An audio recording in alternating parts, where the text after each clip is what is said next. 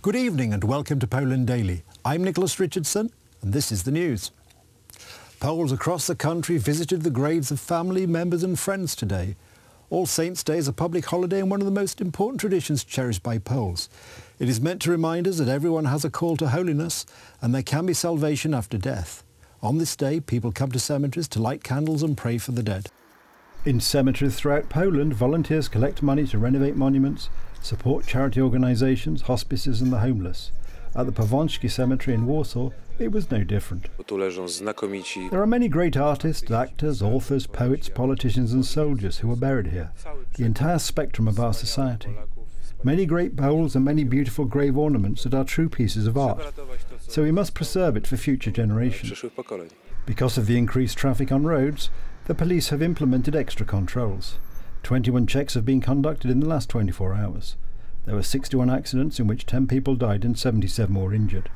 343 intoxicated drivers were detained. The police officers are checking whether people are driving in accordance with the law, whether they are speeding, wearing their seatbelts, and all the other things that have an impact on people's safety.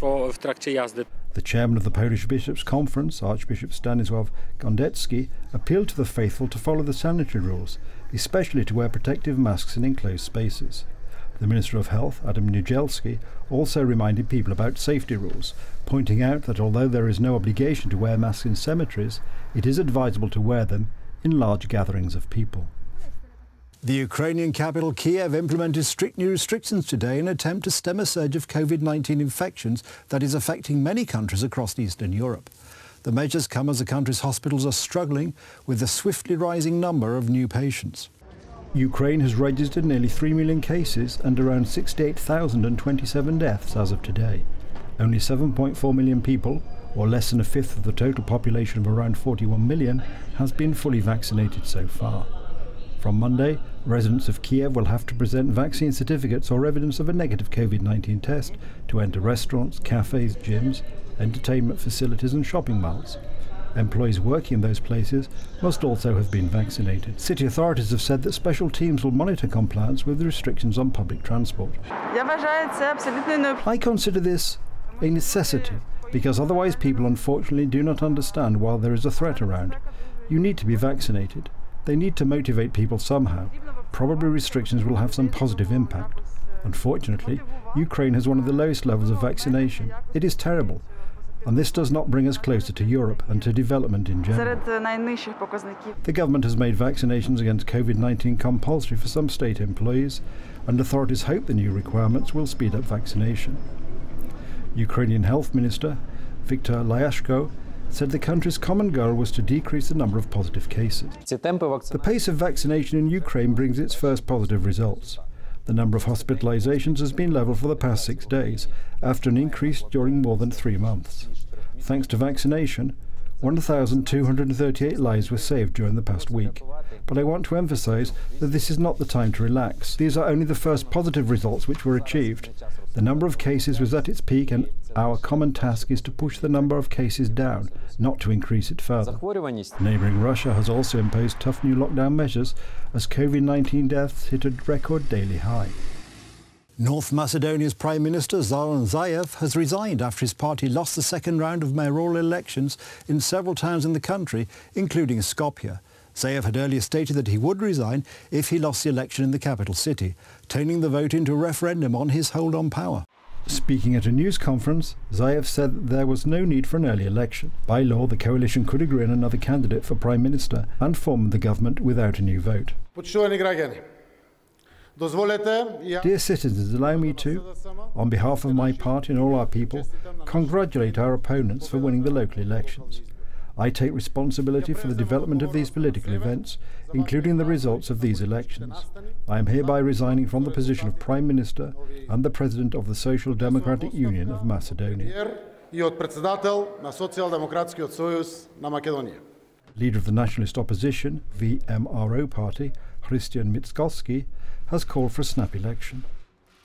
Zaev had led the previous government of the former Yugoslav Republic since 2017 and put the country on a path towards EU membership by agreeing to add North to its name.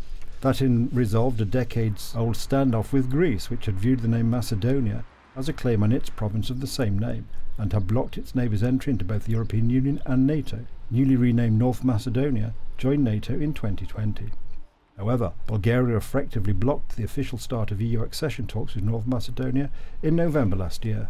European Union leaders promised future membership to their 6 Balkan neighbours during a summit in October, restating a pledge first made 18 years ago but brushed aside calls for a 2030 goal.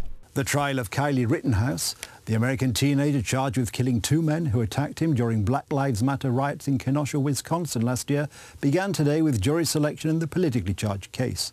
The trial is the second highly politicised trial connected to the Black Lives Matter riots, after that of Officer Derek Chauvin, who was sentenced for killing George Floyd. Lawyers from the prosecution and defence will begin probing potential jurors for their political leanings and perceived biases, with a focus on their views on issues including policing and gun rights, on which the trial is expected to hinge. Rittenhouse, 18, has emerged as a hero to some conservatives who believe in unfettered gun rights and see the shootings as justified amid the chaos that had engulfed Kenosha, Wisconsin on the 25th of August 2020 when he shot the 3 men. The demonstrations have been sparked by the shooting of a black man, Jacob Blake, by a white police officer a few days earlier. They came amid nationwide protests over alleged racism and police brutality that rattled United States cities last year. The prosecution, led by Kenosha County Assistant District Attorney Thomas Binger, will likely try and choose left-leaning jurors inclined to view such protests favourably and frown upon armed citizens taking to the street, legal experts said. The defence, led by attorney Mark Richards, is expected to focus on securing a right-leaning jury, with people that back the right to bear arms, support law enforcement, and likely voted for former President Donald Trump. We're looking at all of it. That was an interesting situation. You saw the same tape as I saw.